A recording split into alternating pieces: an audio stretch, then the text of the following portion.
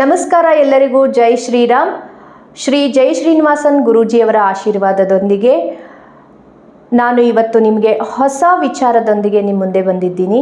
ಅದು ಏನು ಅಂತ ಹೇಳಿದ್ರೆ, ನಮ್ಮ ಹಿಂದೂ ಧರ್ಮದ ಪದ್ಧತಿಯಲ್ಲಿ ನಮ್ಮ ಗುರು ಹಿರಿಯರು ಪೂರ್ವಿಕರು ನಮಗೆ ಆದಂತಹ ಒಂದು ಮಾರ್ಗವನ್ನು ಹೇಳಿಕೊಟ್ಟಿದ್ದಾರೆ. ಅದು ಏನು ಅಂತ ಹೇಳಿದರೆ, ತಂದೆ ತಾಯಿಯೇ ನಮಗೆ ಪ್ರತ್ಯಕ್ಷ ದೈವ.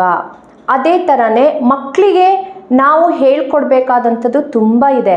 ಅದೇ ಥರ ಎದ್ದ ತಕ್ಷಣ ನಾವು ದೇವರಿಗೆ ಯಾಕೆ ಕೈ ಮುಗಿಬೇಕು, ಭೂಮಿ ತಾಯಿಗೆ ಯಾಕೆ ಕೈ ಮುಗಿಬೇಕು, ಸೂರ್ಯ ಚಂದ್ರರಿಗೆ ಯಾಕೆ ಕೈ ಮುಗಿಬೇಕು, ಹೀಗೆ ಪ್ರತಿಯೊಂದು ಈ ಥರ ಸುಮಾರು ವಿಚಾರಗಳು ನಮ್ಮ ಧರ್ಮದಲ್ಲಿ ಇದೆ.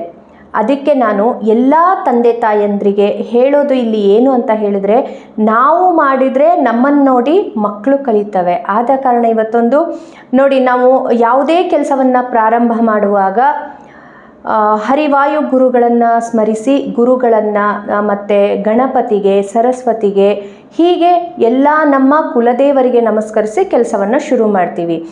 ಅದರಲ್ಲಿ ಪ್ರಥಮ ಪೂಜೆಯಾಗಿ ನಾವು ನಮಸ್ಕಾರ ಮಾಡಿ ಪೂಜೆ ಮಾಡಿ ಕೆಲಸ ಪ್ರಾರಂಭ ಮಾಡೋದು ಗಣಪತಿಯನ್ನು.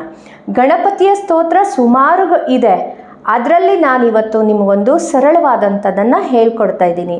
ಅದು ಏನು ಅಂತ ಹೇಳಿ ನೀವು ಬೇಕಾದರೆ ಬರ್ಕೊಂಡು ಕಲ್ತ್ಕೊಂಡು ನೀವು ಕಲಿತು ನಿಮ್ಮ ಮಕ್ಕಳಿಗೂ ಕಲಿಸಬಹುದು. ಇವಾಗ ನಾನು ನಿಮಗೆ ಹೇಳ್ಕೊಡ್ತೀನಿ. ಮಂಗಲಮೂರ್ತೆ ವಿಘ್ನಹರ ದುರಿತನಾಶನ ಕೃಪಾಕರ. ಎಷ್ಟೊಂದು ಸರಳವಾಗಿದೆಯಲ್ಲ. ನಾನು ಇವಾಗ ನಿಮಗೆ ಮಂಗಲಮೂರ್ತೆ ವಿಘ್ನಹರ ದುರಿತನಾಶನ ಕೃಪಾಕರ ಗಣಪತಿಯ ಸ್ತೋತ್ರವನ್ನು ಹೇಳಿಕೊಟ್ಟೆ. ತುಂಬ ಸರಳವಾದಂತಹ ಸ್ತೋತ್ರ ಇದು. ಇದನ್ನು ನೀವು ತಿಳ್ಕೊಂಡು ಹೇಳಿ ಕಲಿತು ನಿಮ್ಮ ಮಕ್ಕಳಿಗೂ ಕಲಿಸಿ. ಮತ್ತೆ ನಾನು ಇದೇ ಥರ ಹೊಸ ಮಂತ್ರದೊಂದಿಗೆ ಹೊಸ ವಿಚಾರದೊಂದಿಗೆ ನಿಮ್ಮ ಮುಂದೆ ಬರ್ತೀನಿ. ನಮಸ್ಕಾರ.